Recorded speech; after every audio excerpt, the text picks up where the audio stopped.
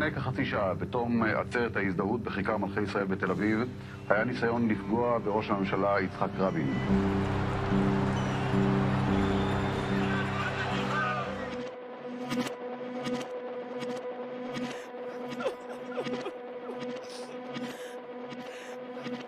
פגיעת כדור ליד עמוד השדרה, עם פגיעה בעמוד השדרה.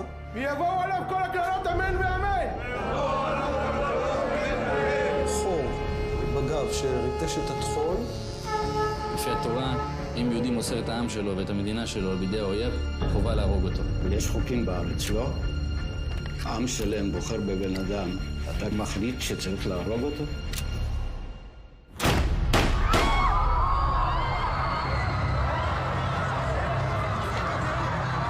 בכיכר מלכי ישראל היו יריות לפני שעה קלה. עד כה ידוע שראש הממשלה נפגע ופונה לבית החולים איכילוב בתל אביב.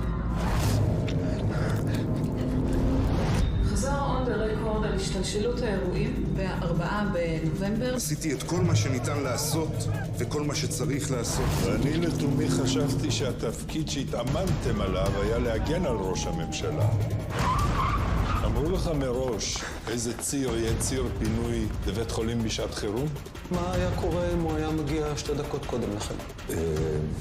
לא הייתה כניסה לא ממערב ולא ממזרח. רק לאנשים מאושרים שאכן בדקנו והם נכנסו. פרט לאנשים מאושרים כמו הרוצח למשל? תרשו לי לומר שאני גם מתרגש. אני רוצה להודות לכל אחת ואחד מכם שהתייצב כאן כנגד האלימות ובעד השלום.